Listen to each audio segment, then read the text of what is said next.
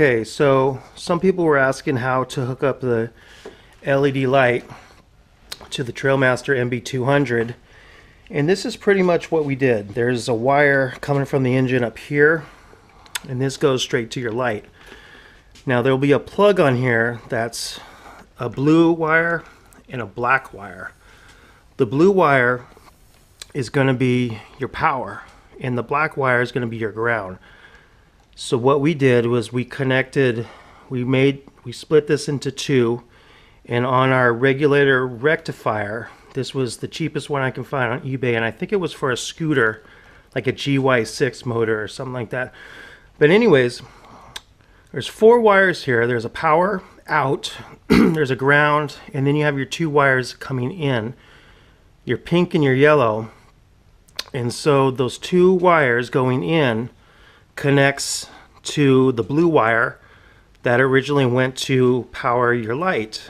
Okay, now the juice comes up here, goes to the light.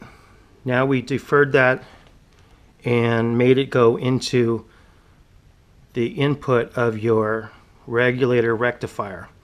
Now the juice comes in here, and then it comes back out here. It comes in as AC voltage from the motor and comes back out as DC voltage, which is your red wire right here. That comes out, and we have it hooked up to one of the wires that goes up here and goes up to the switch right there. Okay, plug that in. Now the wire goes from the switch back down and gets hooked into the power wire that goes to the light. Okay, we connected it here. This goes into this little wire, and that goes directly to the LED light. Okay, and that's pretty much it. Now what's left over is you have the original black wire that's hooked here, that came from the motor. Okay, and that's going to be left over, and you're going to have the black wire coming from your light, the LED light, which is right here. It goes right here. So what we did is we took the black wire from the LED light, we took the black wire, ground wire, from the motor, and we connected it into a single wire, which goes directly to your ground right here. That goes into the regulator rectifier, and that's pretty much it. So in a nutshell, and that's how you hook it up. There's no battery needed, and the juice from the motor goes to here, goes to the switch, comes back down to the light, and here's the light right here. We drilled a hole here.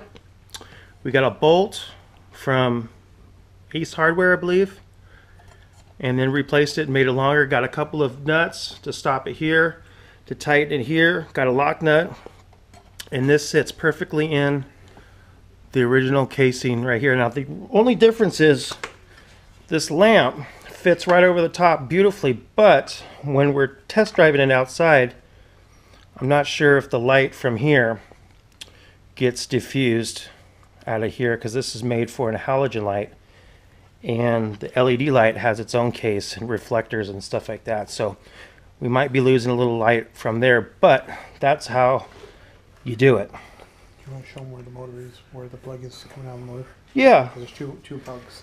Yeah, there's two plugs coming out of the motor. Well, there's two plugs coming out of the motor, which is right here. One's going to be your power going to the light, and the other one's going to be plugged into the kill switch.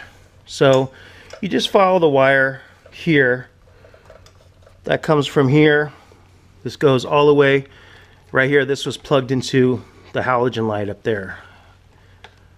And those two wires on the plug that we cut off was blue and it was black. The blue one gets connected to the both yellow and pink, goes inside here, comes back out the red wire. The red wire gets connected to one of the wires that goes up to the switch. The juice comes back out the switch, gets connected to the wire, which is the green one, gets connected to the red wire here that we have going to the light, right up in here. Okay, and then the last things you have to hook up is the black ground wire from the light, the black ground wire that came from your old light thing that you cut off, and that gets connected to the ground that goes back to that. And that's how you hook it up.